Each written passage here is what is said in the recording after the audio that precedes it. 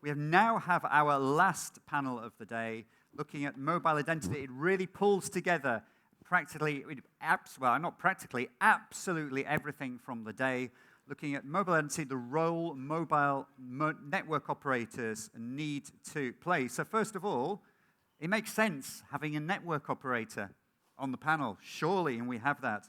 We've got Atul from Reliance Jio. Atul, will you please come on down? Thank you. Come on, folks. The last panel of the day. A bit of energy in here, Atul. Nice to have you on the panel. Thank you. Please take a seat. Thank you very much. We've got Eshan from Tata Communications. Come on, people. Thank you. Ritesh Kumar from JT Global. Good seeing you. Murthy Muniappa from GTS Tech Labs. And Alike Sekera from TrueSense, product by Root Mobile. Murthy, lovely to see you. Hey, good having you. Alik. Sorry, not Alike. We're not in Spain. Enrique or something like that. There we go. I think we have, we have absolutely everyone. We have everyone here. Great, so let's get into it. The role of mobile identity and network operators. So let's go to the mobile network operator first. Mobile network operators around the world, I think it works, yeah, it'll be fine. You are sitting on so much data regarding all of us subscribers. Now, we've been talking a lot during the day. I'll come around here, because some of you can't see me, around the corner. We've been talking a lot about business messaging. And it really does sadden me that so many mobile network operators around the world are not like here in India. They have not embraced the mobile messaging opportunity.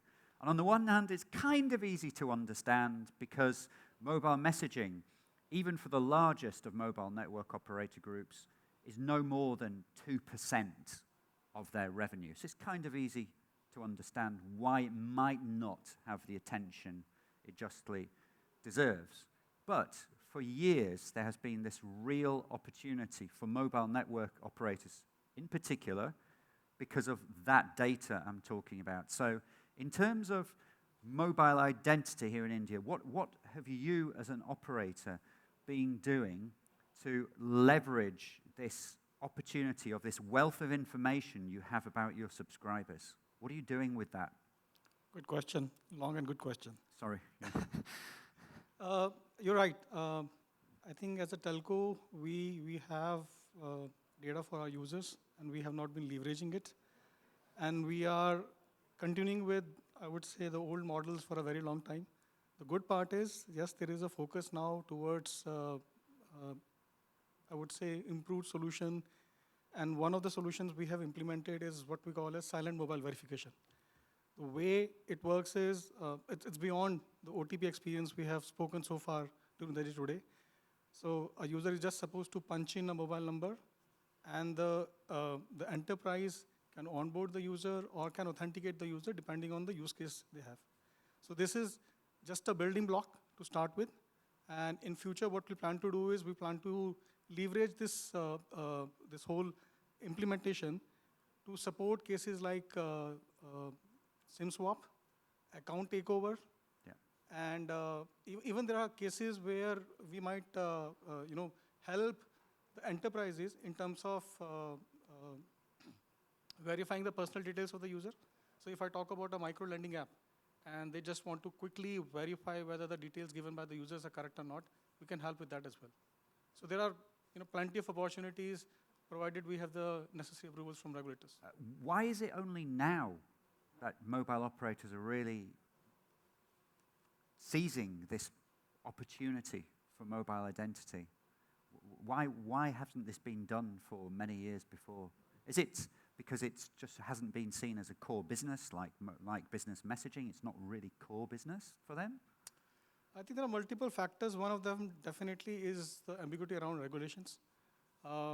And since we all know what is happening around the globe, in particular European Union with GDPR, there are a lot of assumptions which may not be valid, right? So though we know the new PDP bill is going to be released soon this year, but just because we don't have clarity, there are assumptions that we cannot share data even if we go ahead with explicit consent. So the way we are going about this whole implementation is we are taking care of all these possibilities, I would say, in terms of capturing the consent, capturing explicit consent, and going back to the session we were having in the first half today, we were talking about two stakeholders in the PDP bill, the data principal, the end user, and the data fiduciary, like the operators here. So we are going to give complete control to the data principal. He or she will decide what can be shared when. So self-sovereign identity, is that ultimately deciding, self-sovereign identity, ultimately the subscriber deciding? So complete visibility, complete control with the data principal. Now, Alik, Root Mobile, so obviously India, but global. You recently launched your TrueSense product. You brought in David Vigar to head up the division. So many of us have known David across Google and other organizations in the past. What are you doing? So this whole topic of regulation was brought up, and I've got personal experience, I'm sure we all have in the room, of data privacy being brought up, and no, we can't do this because of data privacy. What are you doing as an organization, TrueSense, Root Mobile, educating mobile operators and the wider community that actually you can do a lot, you can leverage that data, and it's within the law? Yeah, hi, good afternoon to all. So TrueSense actually is a new entity within Root. It's not a product. Okay. And within TrueSense, we've got a portfolio of products covering user identity, user authentication, and risk assessment. So on user authentication, we definitely work with telcos like Jio, not just India, but across the world. One of their products is silent mobile verification. We, however, and to your point, we've been working closely with the operators, trying to help them understand the use cases that are prevalent in other markets, like the UK, Americas, Latin America. Of course, there are challenges in terms of user privacy. But then, and I understand that there's a data protection bill coming up, but if you look at GDPR, for example, right, you have two lawful bases. One of them is legitimate interest, and one of them is consent. So there's a lot of data that operators can monetize based on consent. That could be verifying your first name, your last name, your marital status, your age, etc. There are other data points, like whether your call is on unconditional forward, or whether you're busy on a call at a given point in time, or your SIM has swapped, which can be checked without consent because you're actually attempting to prevent some fraudulent activity. So there are ways around this, and I was speaking to the GSMA people. I think this was in MWC Barcelona, and they happened to mention that there are literally 65 data points that an operator can easily monetize. So we have 1.4 billion people. There are a lot of challenges with the organization. So many data points. There's a huge universe to be monetized here.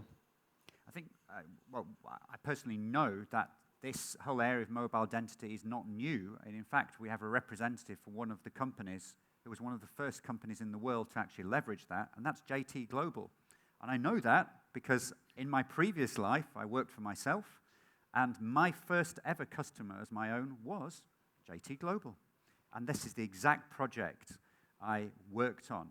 And I know how hard it was to actually talk to the mobile operators in the UK. It took over a year and a half to get that first deal across the line. And that was 10 years ago.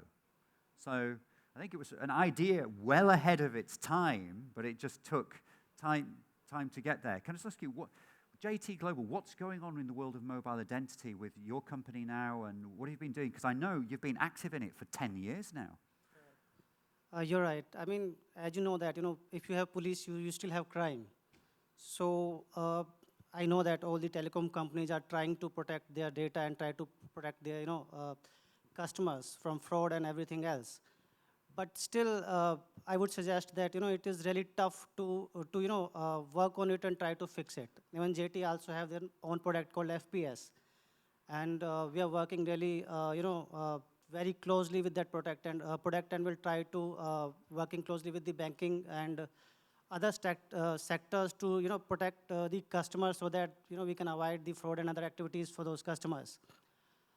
It is something which is like an ongoing process. It's not something that you created something and it will work for all time. You have to work on it on regular basis. Every time you face a new challenge or a new thing, and then you start working on it.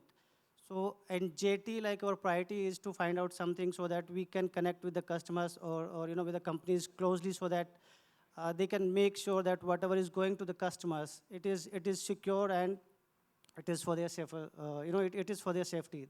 That's what right now you can say that JT is working on. Okay. James, Go if ahead. I may. Please. I was If just not, going to- well, I hadn't left you out or Morty, No, no, but we're no, coming. I just wanted to continue the point which Alik mentioned, that there are many data protection laws which are coming in. But in my view, it is just not about those laws which are going to be there, but it's all about the technology that the MNO has deployed to protect that humongous customer data that they have. I recently recall that back in the month of December, Optus had a breach wherein the entire data, including the passport details, Yeah, that's the important bit. even the passport details were stolen, and till now, they're just figuring out what the impact is going to be. So it's the DDoS attacks, those technology, and it was also said that the breach was taken from outside the country. It wasn't the guy